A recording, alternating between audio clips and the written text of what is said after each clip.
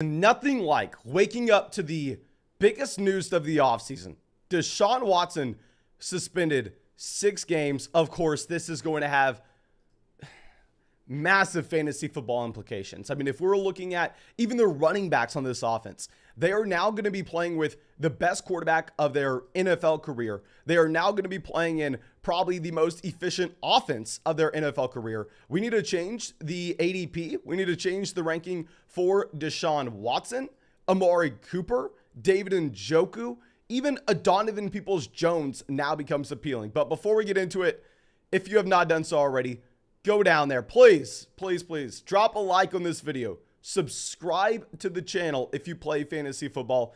And let's dive right into the price points of these players. Or you know what? Maybe it would be better to give some context to exactly how good Deshaun Watson is at the game of football. Because I understand we have not seen Deshaun Watson in quite a while. And I've even had some people in the comment section saying, are you sure that Deshaun Watson's going to be the same quarterback that he was 2 years ago? Are we sure that Deshaun Watson is still going to be an elite level option? And I've been very consistent with what I've said throughout this entire offseason. The second that the Cleveland Browns made the deal for Deshaun Watson, I said he is an immediate buy in fantasy football, that Deshaun Watson is a player that is most likely not going to see an entire season suspension. Now, of course, I never said it was because I was smart. I never said I thought it because I knew something that other people didn't. Instead, I said, you know what? I'm an idiot. I'm not an NFL lawyer. I don't know what to expect. You don't know what to expect. So instead of you coming out and saying, oh, it's definitely a full year, he's going to be suspended 2 seasons. No, you shouldn't say that. Instead, we should look at the team level investment that the Cleveland Browns made, that the Cleveland Browns owner, the Cleveland Browns front office, they're the ones that had access to NFL quality lawyers. They're the ones who had access to Roger Goodell to try to have an educated guess, an educated assumption of what this suspension was going to be like. And they decided to give up 3 first-round picks, and they decided to make Deshaun Watson the highest paid quarterback, highest paid NFL player of all time if you're looking at NFL guaranteed money.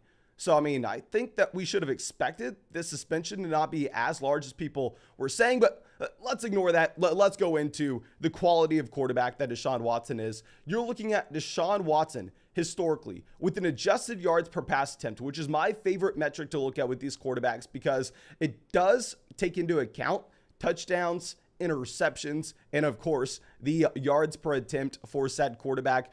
His career average, 8.6. Okay, let's keep that in mind. Career average, 8.6 adjusted yards per passing attempt. Now let's look up 2021 passing statistics according to Pro Football Reference, and let's go over and look at the leaders in adjusted yards per pass attempt last year. Joe Burrow led the NFL in adjusted yards per pass attempt last year at 9. Following him was Aaron Rodgers at 8.8. Where was Deshaun Watson? His average through his NFL career. Deshaun Watson's average adjusted yards per pass attempt, 8.6. That's Deshaun Watson averaging a top 3 quarterback finish in terms of his efficiency with the Houston Texans, with Bill O'Brien, with one of the worst supporting cast that you're going to find in football. Now he is going over to Cleveland. And with Cleveland, you are going to have a top 3 offensive line according to PFF.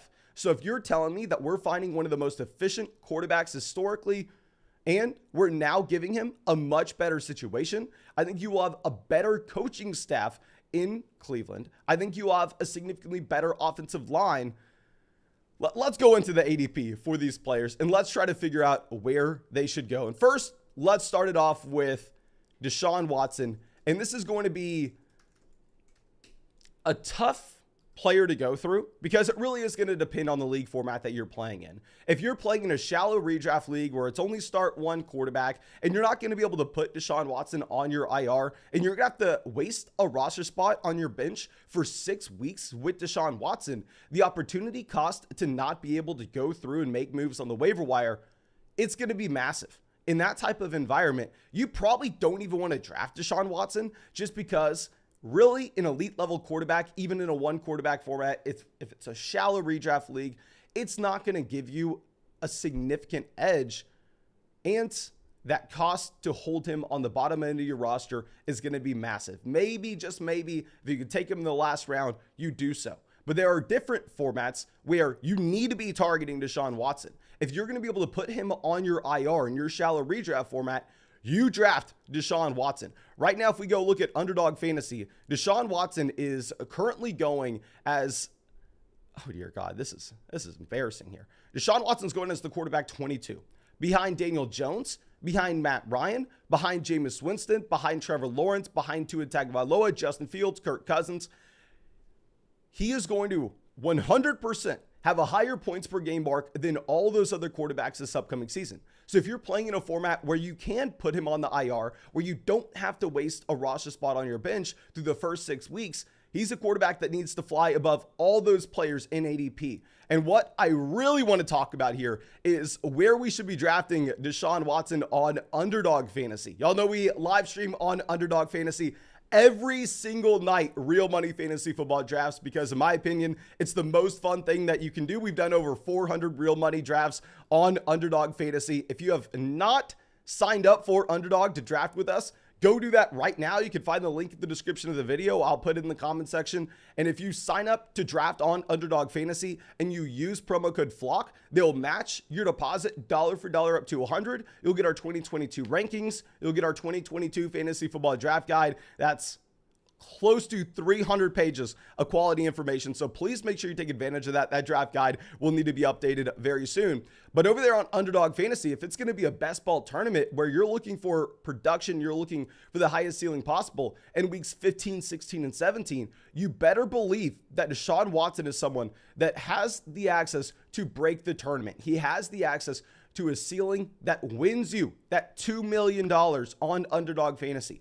So specifically with that ADP, I expect him to rise even further in the tournament style contest, one of my most drafted quarterbacks so far this year. So I think you're probably going to make some money if you've been drafting Watson. Well, let's go over to different positions. Let's go look at where Nick Chubb and Kareem Hunt are being drafted on Underdog Fantasy. Nick Chubb, historically someone that I've had no interest in fantasy football, someone that's historically gone in the first round as a committee running back, and we've historically called it one of the worst picks in fantasy football. Well, now you're not having to pay a first round price point on Nick Chubb. You are looking at, instead, Nick Chubb with an ADP of 25 on Underdog Fantasy, link in the description. You have Nick Chubb as a third round pick. So I've gone from one end of the spectrum, calling Nick Chubb one of the worst values in fantasy football in the first round, to now one of the best values in the third round. And I understand with Watson, maybe they make this team a little bit less run heavy. I understand maybe they look to throw the ball a little bit more because they're going to be hyper efficient when they do. But that helps Nick Chubb, in my opinion. I know it sounds counterintuitive. Would you rather have Nick Chubb with, say, 20 rushing attempts per game and he has 2 red zone opportunities per game? Or would you rather have Nick Chubb with 17 rushing attempts per game and he has 4 red zone opportunities per game? Nick Chubb, a running back that historically doesn't catch passes out of the backfield, is going to derive the majority of his value, the majority of his high value touches with his red zone usage. So if this offense is more efficient overall, if this offense is going to be able to sustain drives to the red zone, Nick Chubb becomes a better option, not a worse option in fantasy football, even if they do look to throw the ball more. So Nick Chubb, in my opinion, he has to rise 100%. This is a player that should be going mid-round 2. This is a player that should be going in round 2 of fantasy drafts. I understand he's in a committee with Kareem Hunt. You don't have to tell me. I've been screaming at people to not draft Nick Chubb in the first round for 2 years. I understand he's a committee running back, but we've always said the same thing. Nick Chubb is the most talented committee running back in the NFL. Last year, it was viewed as a slight. This year, I think you could get excited about that profile in the third. Now, moving over to Kareem Hunt, someone else that I think needs to skyrocket in these drafts. Kareem Hunt, currently the running back 32 on Underdog, going at pick 94. So you truly are getting Kareem Hunt as one of those first guys that's going to be at the top of your bench. And Hunt fits the perfect profile of someone that we're targeting. We're looking at Kareem Hunt as a running back that if you just run the projections for the Cleveland Browns, the median projection for Kareem Hunt probably has him here around the running back 32, maybe 29, 30, but about at this ADP. But of course, there's the contingency value that if something were to occur to Nick Chubb, if an injury were to happen, then Kareem Hunt automatically has top 10 running back upside in fantasy. So this is the profile that we are looking at, a player being drafted close to his floor and has the hidden upside if something were to change in his situation. And if you think that the Cleveland Browns are going to skew to be more pass happy with Deshaun Watson the final 10 games of this season, hell, that probably helps Kareem Hunt. We know Kareem Hunt, the running back, has been able to command the most passing volume here in Cleveland over the past 3 seasons now. I'm going to be 100% fine going ahead and drafting Kareem Hunt as much as I can here. Now let's go over and let's look at the wide receiver position. Let's look at Amari Cooper. Amari Cooper was a wide receiver that before this happened, I didn't love his price point of, but now you're looking at Amari Cooper being drafted as the wide receiver 31, being drafted directly before Adam Thielen, Elijah Moore, Michael Thomas, Devonta Smith. And we can safely say Amari Cooper now is going to have the best quarterback play of his entire NFL career. Yes, Deshaun Watson's better than Dak Prescott. Deshaun Watson is better than Derek Carr. And to go along with this, Amari Cooper is going to have the least amount of competition for targets of anybody in his entire NFL career. He's had to deal with CeeDee Lamb. Before CeeDee Lamb, he had to deal with Michael Gallup. Before that, he had to deal with Michael Crabtree back with the Oakland Raiders at the time. Now, his competition is going to be Donovan Peoples-Jones, David Bell. I like David Bell at his price point in fantasy, but David Bell just got injured this training camp, and it's horrible for rookies to miss time. So I'm looking at a player like Amari Cooper, probably just having to throw in the L, probably having to take my L and say, yeah, we can move him up draft boards now. It's probably going to be a riser whenever we update our fantasy football draft guide for y'all. I would say we need to move him up to he has to be ahead of Rashad Bateman. He has to be ahead of Darnell Mooney, in my opinion. He's probably hovering around like the DK Metcalf, Brandon Cooks of the world. It's going to be interesting because, of course, you have to play the first 6 games with Jacoby Brissett before you get that elite level quarterback competition. But now let's slide over to David Njoku going as the tight end 19. So in your shallow fantasy football drafts, if you're playing a shallow redraft format, you're not necessarily going to be even drafting David Njoku. If you're playing in that shallow format, David Njoku is probably a guy that's 15th, 16th round pick, and maybe you don't even go that far. So if he's on your waivers, go pick him up right now. Because David Njoku got a massive contract extension this offseason. And I think this could be very telling for the role that he has going forward, because we have to remember that we've had the Cleveland Browns almost use a tight end by committee approach over the past 3 seasons. They gave Austin Hooper a pretty big deal, but Austin Hooper, never the same caliber of prospect, never the same caliber of tight end as a David Njoku. And last year, they split it between Hooper, Njoku, and Harrison Bryant. I was thinking that they were going to split this upcoming season between David Njoku and Harrison Bryant until they gave David Njoku. This is hilarious. Okay. I don't want to say it's hilarious. Of course, that's disrespectful for Njoku. But let's look at 2 contracts that were given out this offseason. Let's go ahead. Let's look at a contract for one, Mr. DK Metcalf. Let's look at a contract for David Njoku. I don't have time to pull up the Metcalf contract, but David Njoku has a total of $28 million guaranteed with this deal. That is freaking massive. $28 million guaranteed for a tight end. I think that tells us all we need to know. I think that tells us that they are going to lean on David Njoku heavily, use him as their starting tight end, use him as a full-time player this upcoming season. He needs to slide up rankings 100%. If I'm looking at where David Njoku is currently going compared to where I think he should fall in line, I'm thinking David Njoku probably has to jump Robert Tonyan, has to jump Gerald Everett, has to jump Albert O. Probably even Hunter Henry goes in line with Mike Gesicki, Hunter Henry, and Pat Freiermuth of the world. I think that's going to be the new ADP for David Njoku.